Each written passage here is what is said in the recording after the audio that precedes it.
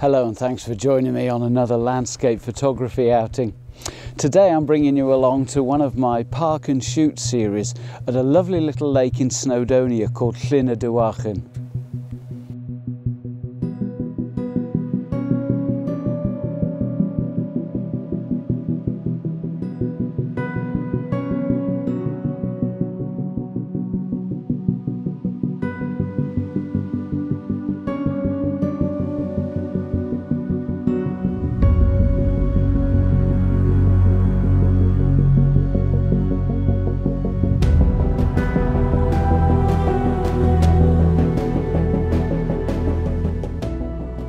Now the great thing about Llyn y Dywarchen is it's literally 20 metres from where you park.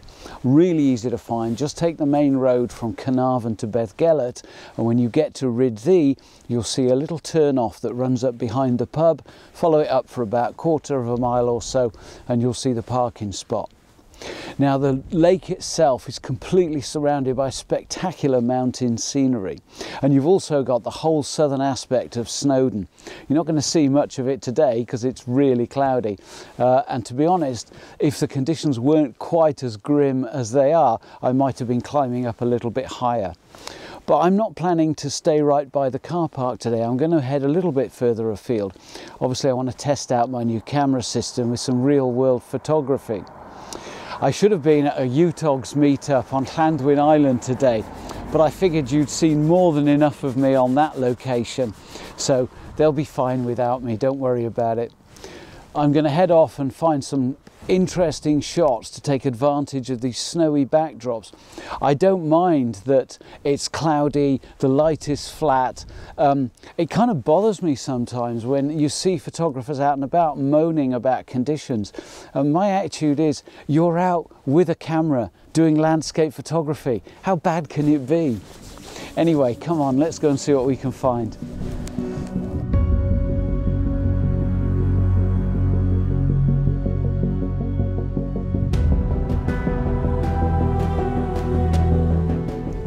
I absolutely love this location. I'm just on a little hillock that sits behind the boathouses. If you can climb at all, I really recommend you come up here because it gives you 360-degree views all the way around. You've probably only walked 50 metres from where you parked, so really recommend it.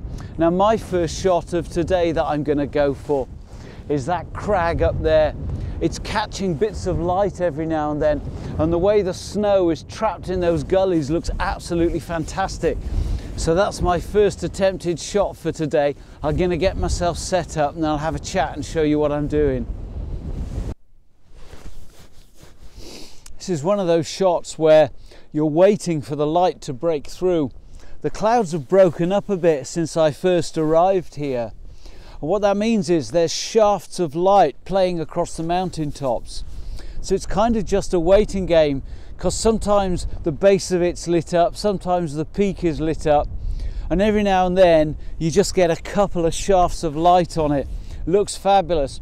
What I really like about this composition is I've got this really interesting little finger of rock right in the foreground, just to give the image some depth, because if I zoom straight in on the crag and that was all you were seeing, you don't get the sense of scale of this huge place that we're in at the moment.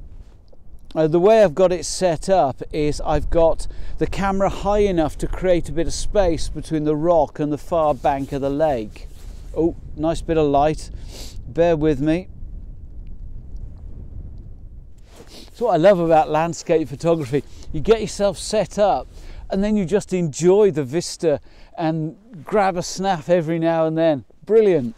Anyway, yeah, what was I saying? I was trying to tell you something useful. Right, back to the technicalities. Aperture 7.1, shooting manual of course. As you can see from the front of the lens, I just don't need any filters here at all. Polarizing filter is going to do nothing. I haven't got any great contrast in terms of needing a graduated filter. I'm really happy the dynamic range can handle what we've got here today. Excuse me while I keep taking images as I'm chatting to you. Shutter speed of 250th. It's given me a really nice looking histogram. Very straightforward. Of course, the advantage of this micro 4/3 system is I've got no worries about depth of field at all. So by focusing on that rock in the foreground, which is probably about 15 feet in front of me, that's front to back sharpness, absolutely beautiful. That high ridge just looks spectacular at the moment. Yeah, I'm really liking this, really nice. What I'm going to do now is I'm going to try something a bit different. I was just burbling on about having depth in the image, but I'm actually going to zoom in on that crug because it's getting so much beautiful light that it's now got lots of definition in the verticals on it. And I think just those themselves, with the diagonal running down the front of it, would work quite well if I zoomed in on it a bit. I'm at about 60 millimeters. Of course, that's on a micro 4/3, so we're actually looking at 120 mil on a full frame camera. I'm happy with that composition because really what I'm interested in is the texture in the rocks. But this is basically 2 for the price of 1 because all I've had to do is zoom in and I get another really good image, hopefully. So I'll just refocus on that. And the light is perfect.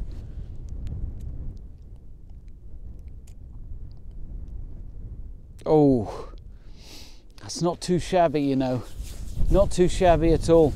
I bet the boys on Llandwyn Island wish they were up here right now.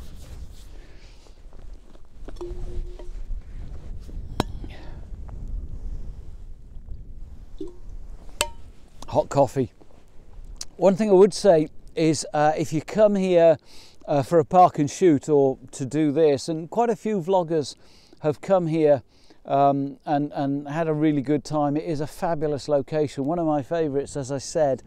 I haven't actually shot here though since September 2017. It was one of my very first vlogs. I had no idea what I was doing.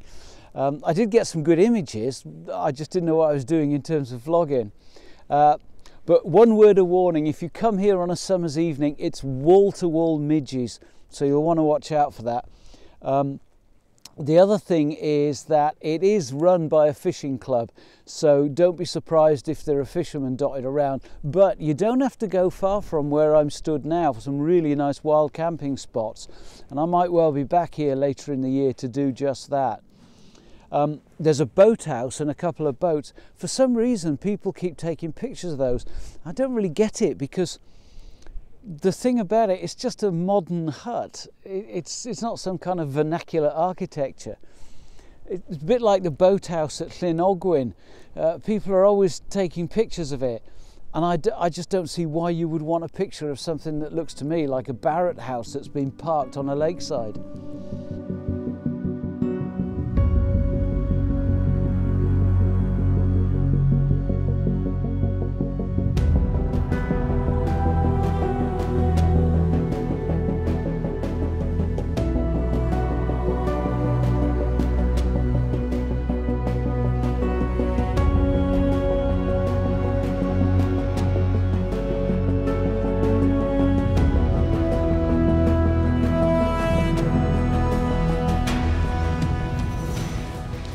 Well, the sun's just broken through across the far side of the valley and it is absolutely stunning. So I just stopped where I was, got the camera set up and got a couple of shots that I'm hopeful are going to come out because the vista is absolutely jaw-dropping.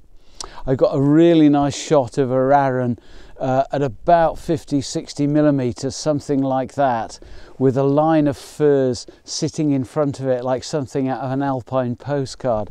Fabulous. The other thing is that lone tree I was telling you about. It had a band of really bright white cloud that just lifted, revealing the south ridge of Snowdon summit. I've got the whole tree in on a really wide shot. I didn't have time to talk you through it at all. It was a case of get set up and start shooting. So I'll show you those images.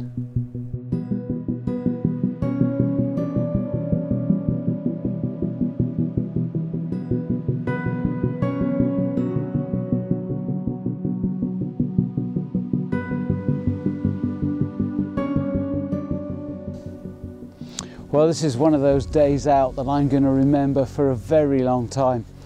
It's bitingly cold, but the light is spectacular. The clouds have broken up and all around me there are snow-covered peaks. My next shot is going to be Moel Hebog. It's got some fabulous side light on it at the moment, and I'm going to use the island in the middle of the lake as a foreground to try and mirror the shape of Hebog. I don't know if I'll pull it off, but let's have a go. I've gone for my ND 0.9 soft grad because there is now quite a lot of contrast. The island in the lake is really dark. It looks fabulous. There's loads of texture on it, lots of dead bracken, some old rowan trees. Unfortunately, they're not really going to come out in the image, which is a pity because they look great. But the side light on Moel Hebog is fabulous. It's got great texture in it, and the light's coming from way over the Llyn Peninsula. It's dropping quite low now. We're getting on quite late in the afternoon, and there's actually very little light left here in the valley where I am. But Hebog is just pretty. In fact, I've never seen it looking that good before. Normally it's just a great big imposing slab of rock. Today it looks stunning, so I'm so glad I came out to capture it. Every image that makes it onto the video is also available on my website in a much higher resolution mode, because I would like you to be able to see them as they were intended. So if you are interested in taking a look at one or two of them, pop over to my website. You know, I think I'm almost done here today. I have got one more image in mind to pick up on the way back. Kind of depends on the lighting conditions, but to be honest, if it's anything like we've had here so far, I could pull it off. Let's have a look. Well, I was just packing up my gear and I noticed Snowdon summit clearing, which I hadn't expected it to do today. So let me show you something. I've got the lens out at 100mm.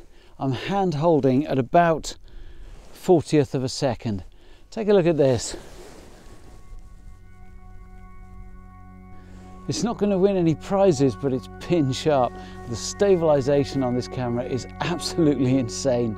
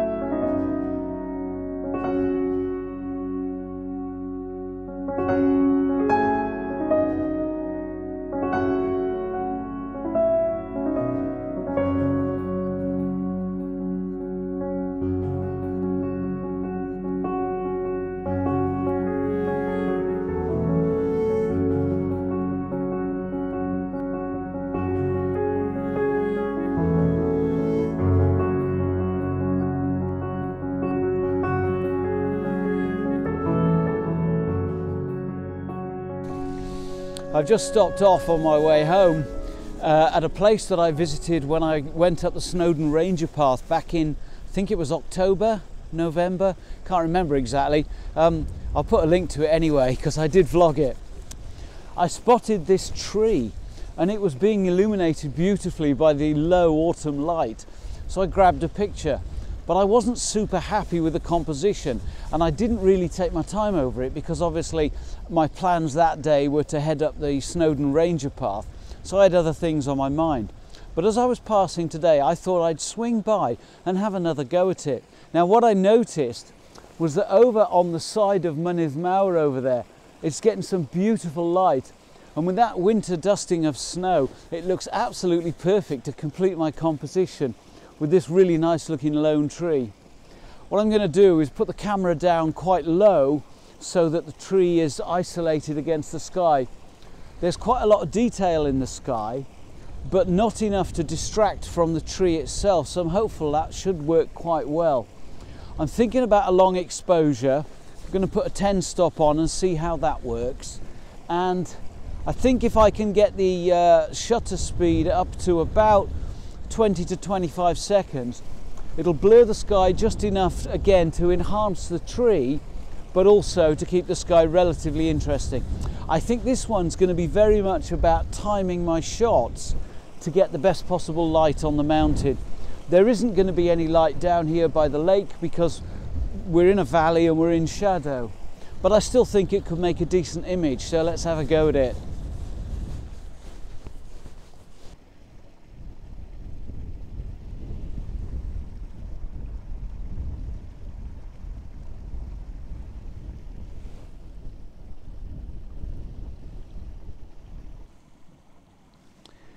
So with my 10 stop on and my CPL, which is also giving me a stop and a half, I've got my shutter speed at f7.1, which is perfect aperture, to 25 seconds, which is working absolutely beautifully. It's giving me exactly the amount of movement I'd hoped for in the sky, and it's just a matter of waiting between shots. I'm getting some lovely light over on Mynydd Mawr on the rocks towards the base as it runs into the lake. And also on the summit. Big lump of cloud at the moment, so I've got a moment to chat to you about it. Looks absolutely fabulous, and I'm really glad I stopped off here because I'm hopeful this is going to give me a pretty good image. The settings are really easy. This camera makes long exposures a breeze because I've got 25 seconds dialed in at the moment, and on the EVF and the live view screen I can see exactly how it's going to look from an exposure standpoint when I press the shutter. So there's no guesswork at all. There's no need to take a test shot and then get a calculator out and work out how long I would need with a 10 stop filter on. Obviously the image isn't frozen. I'm still seeing the water rippling, but what I can see is the amount of light that I'm gathering. So it really makes it very easy. As soon as some light hits that mountain, I can make a quick adjustment as it bounces off the mountain, hit the shutter, happy days. I'm going to wait a little while longer, get a few more images here just to make sure that I've got one that's just right for when I get back to the computer. But yeah, I'm really happy with this at the moment, and hopefully this will be quite a good image. Well, I'm really enjoying using my new camera system. It's been a fabulous afternoon here up in the mountains. It would have been nice to have climbed up, but unfortunately I didn't have a lot of time, and heading out onto the peaks in weather like this, you don't want to be rushing, you need to be really careful. So got some decent images anyway, hopefully. So thank you ever so much for tuning in. I really appreciate your encouragement and support. Don't know where I'll be next time, but I'm sure it'll be good fun as always. Oh, and by the way, if you haven't done it yet, why not subscribe now and join me next time? Cheers.